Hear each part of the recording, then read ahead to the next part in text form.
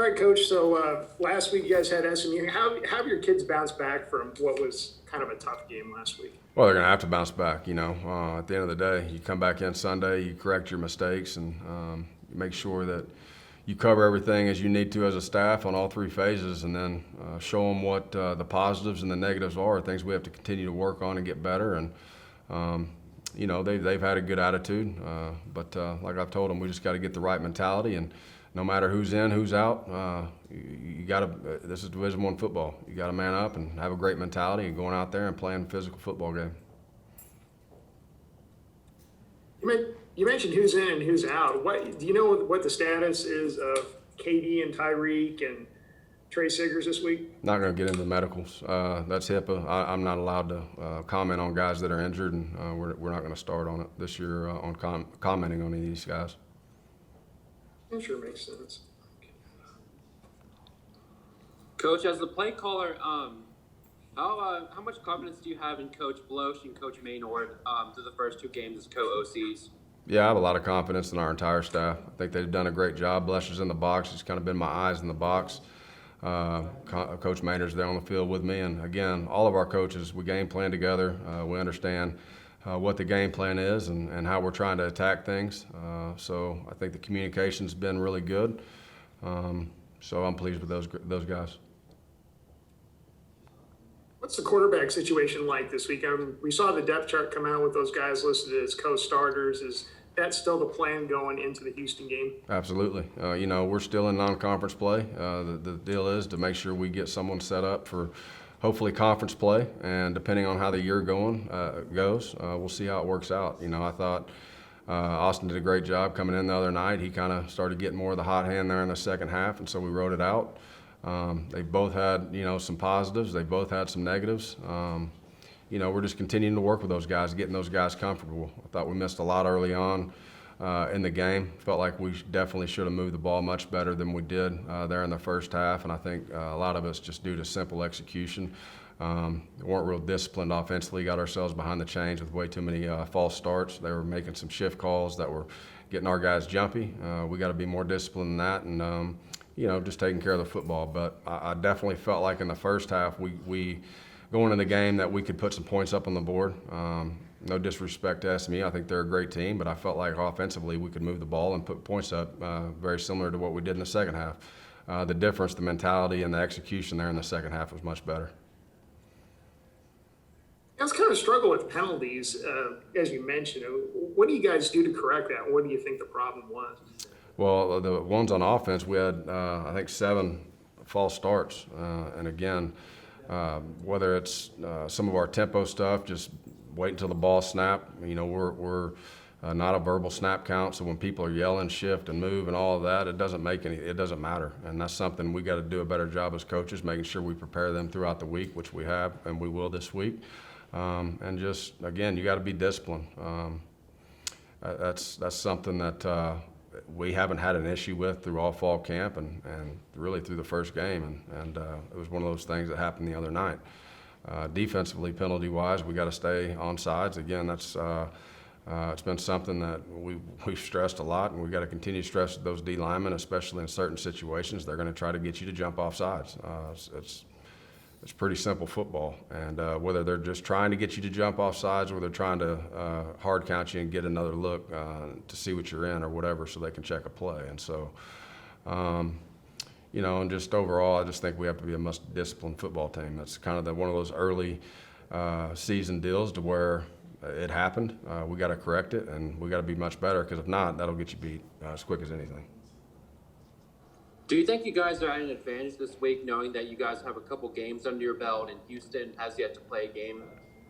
We'll see. I don't look at it as advantage or disadvantage. I look at Houston's a really good football team. They got a lot of guys coming back. They're very experienced players. They have some big-time weapons. They've had a lot of transfers, and they're a very good football team. And so games or no games, we're going to be prepared to go in and battle it out. And I know it'll be a tough game for us, and we're excited about the competition.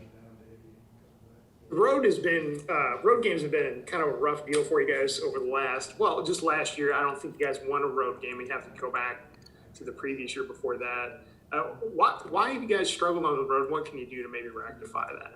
Mentality. You got to have a great mentality to play on the road, and you got to feed off each other. And again, to me, it's mental toughness. I don't care if you're playing at home, on the road, where you're playing. Competition is competition, and I think we have to have a better mentality for that. You mentioned a little bit about Houston. I mean, you saw them last year. They had, as you mentioned, they have some good transfers in there. What do you see in them, or what do you anticipate? Defensively, go ahead. No, I said, but what do you anticipate from them? Even though you haven't seen them this year. I don't think they're going to go away from what they do. Defensively, based out of a four-man front. They got big, long, athletic defensive linemen. They're strong at the point of attack. Their linebackers do a great job of running and hitting. In the secondary, they're very aggressive with either their run fits, getting down to add extra hats in the run game. But they also force you to make competitive plays by, pressing them up with some really outstanding cover guys. And so they make it challenging for you defensively because of their size and their speed, but also they force you to make those competitive plays. Offensively, they're able to run the football well, which sets up the pass. And as you know, with Coach Holgerson, he's called it a long time. Within their system, they can throw it all around the yard. So you better be sound and you better have your eyes right. And you have to be willing to make competitive plays just like they do out there on the perimeter. And when those times are set up out there, you got to make them. We got to do a great job of playing up front, making sure we try to attack and play across their line of scrimmage. And so special teams, they're always really solid. They have some explosive returners that can really hurt you at any time, so we have to be smart there. But it'll be our toughest game yet. I think they're a really good football team. But again, that's just another opportunity for us to get a week better and go in and compete and see where we are. Coach Holgerson with Houston is very competitive. What can you tell me about his nature and being very outspoken as a college football coach and his competitiveness? Yeah, he's very competitive. Always has been. Been a good friend of mine for a long time. We worked together for a lot of years. He demands a lot of his players, and he has high expectations, not only for himself as a coach, but as their team. And so he'll have his guys ready to play, as he always does, and it'll be a physical football team. Coach, you mentioned the trenches as probably an important place for the Houston game. Can you expand upon that and how offensive lineman like Cole Brown will be important? Yeah, I think everything starts up front in football, whether it's offensive line, defensive line. It sets the tone of the game, sets the physicality of the game, and if you're able to run the football offensively, it sets everything else up, and you're able to come off the ball, get yards, be physical.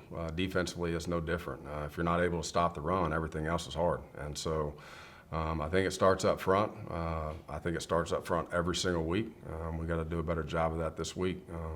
In the second half, I thought this past week, up front, we started, dominating them in the second half. And I think that's kind of where it got our offense going and clicking and moving and being able to be explosive. I don't know if we were able to, we weren't able to do the same things defensively this past week. So that's something we got to get better on. Expecting an improved performance from Nathan too. I mean, you saw him last year; he kind of got thrown in there. Now he's got a year of experience under his belt. Do you anticipate that this guy's going to be better than he was last year? I don't know why I wouldn't. He's a great player. I've known him coming out of high school. I've been able to see him play live a lot of games, and he's going to be more comfortable in the system with Coach Holgerson for another year. Being in this system for the first time last year, right? So. He'll be a year better. He'll have a lot of his playmakers around him back, and again, they got an experienced front that keeps him protected, and I think he's going to be a really good football player. Now that you've had a chance to look at the tape and kind of reflect on it, what was your evaluation of what happened defensively against SMU? Well, I think again, we got to do a great job of getting off the field when we get in search of situations. I think it starts up front. I think you got to be able to stop the run and force them to kind of start throwing the ball a little bit at times. And we got to be more disciplined. They got to settle into the defense, learning to trust each other, learning that what we do in practice is good enough. And then we got to stay healthy. At the end of the day, especially there towards the end, we had a lot of guys in there for that hadn't practiced a ton all week just because of the situation we were in. And so, you know, we gotta do a good job of trying to stay healthy and just playing within the scheme. And the biggest thing I've talked about with our team this week is it's not so much about schemes and X's and O's or anything else. It's more about mentality. It's more about mental toughness. It's more about our core values, selfless, tough, and discipline. And you know, I just didn't think we did a great job of that this past week. Are the guys still struggling, you know, maybe to make that transition into a new defense and a new way of going about things? Well, again, it is what it is. I mean, I'm not going to sit here and, yeah, obviously we struggled this past game. You know, I thought in the first game they did well for the most part until the fourth quarter, where it really started, it kind of opened up on them. And so we are where we're at, and we just got to continue to grow and get better each week, each day. Continue to, you know, as coaches, being able to evaluate certain players and strengths and weaknesses and just all the things that go into trying to get into your system. And you know me, I'm never going to make excuses. And so we're at where we are. You know, I don't care what the circumstances are. We got to find a way to make sure they're in the right situations to be successful, and those guys have to have the right mentality to do it. Coach, talking on the defensive side of things, SMU spread the field out very well, and which created opportunities for an open field tackle. Are you looking to get more helmets to the football this week, or make sure that we can tackle in the open field? Well, we better get more football or people to the football. One, that's absolutely, but we got to be able to tackle great. That's a fundamental that we stress and we have to continue to work on and get better at. You know, if you can't tackle the football, your missed tackles they make you pay, and so. I think some of that's getting more guys the ball, but you're going to have individual battles out there on the football field in space. Everybody does, and when it's your one-on-one battle, you got to get the ball carrier down, and that's what we have to do. Coach, you guys got off to a sort of slow start yesterday. What do you think you're going to do for the Houston game to rectify that? Yesterday, I thought we started pretty fast as a program. Saturday, we didn't start very fast. But yes, we have to make plays early. We have to come out ready to attack. You know, when your keys are there, whether it's when we're running the football, if we have different run pass options, you know, we got to be able to execute those early. You got to get into the game. Yeah, I think the difference, you know, between this game and the past game is the first couple drives we converted some big third downs that got us rolling, and. Once that happened, when we get the first down, we get in rhythm. I think we're pretty good. This past week, we weren't able to convert on some of those third downs, which are simple routine plays, to be honest with you. They're there. We just got to make routine plays right there and just relax and settle in the game. We got to take care of the football. You know, we had a play action there in the second drive, and we had a fumble, which got us back behind the chains. Then we had a false start, got us back behind the chains, and it's hard living that way for an offense, and so the biggest thing is making sure we get the first down and get our tempo rolling so we can be explosive, and that's what we did more of in the second half. For whatever reason, we just couldn't get comfortable in the first half, and that's as the head coach, I got to do a better job of that. Jalen Darden's kind of making a homecoming of sorts. Maybe could potentially be his final trip to Houston, where he's from. What has he meant to your program? He's unbelievable, not only as a player, but just really developing into a leader, a great voice. You ought to hear him coaching these young guys, that receiver, when he's not in there, just the thing he's doing. And whether it's our receivers, just working with DBs, he's an all-around team guy. And the amount of work he puts into it, it's special. There's very few guys that have the work capacity that he does and the drive and determination. And he's meant a lot to our program. It's fun watching him go out there and compete and play each and every week. He gives it his all. You know, he never wants to come out of the game. He's always wanting to do more. And so, you know, he's one of those special players that you love coaching and love being around. And again, he's always striving to get better. You mentioned his work ethic, and that's something I've heard from some of these other guys that have played with him over the years. Is that what has helped him become a player that's going to go down as one of the elite at his position in program history? I think so. I mean, just the amount of work he puts in. I mean, he's out there on his own a lot, just running routes, tempo stuff, trying to get his body right. You know, he's a hard worker, and I think a lot of it too is just his grit and determination. I think how he's grown up, he's always been an undersized, you know, athlete. playing football that maybe he's been told all his life that he wouldn't be able to do something, or he doesn't have the size or to play Division I football, or have the size to play NFL football or whatever. And I think some of that, just the chip he has on his shoulder, just to proving people wrong, I think he's had to do it his entire life. And so in turn, I think it's forced him to be so mentally tough, and believing in himself and the things that he can accomplish. He's worked really hard at it, and I think it's made his mind he's just tough. He's just a tough kid.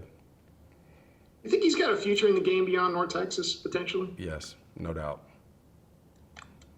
Was it a fight to get him here? I remember he was committed to about 3 different schools before he wound up with you guys. Was that something you guys had to really work hard to get him here? You know what? We did early, and then it was kind of a weird situation where he had committed and we had filled up a position. And then once we got back on him late, because we ended up losing a guy, and I think he didn't have the opportunity he wanted, we got back with him and started kind of back in the recruiting process, and then ended up signing him, which is it's amazing for us.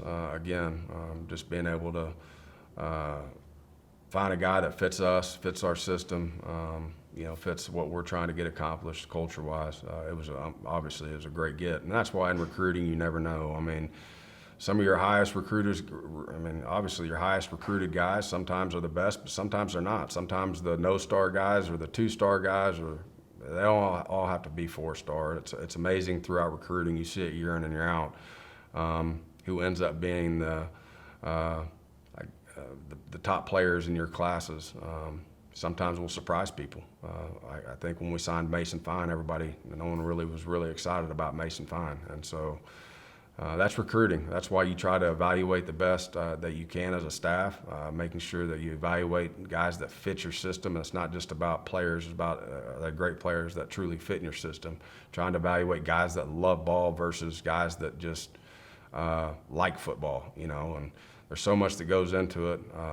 To me, quite frankly, the stars and the rankings and the numbers don't mean nothing to me. It's about the evaluations of the players.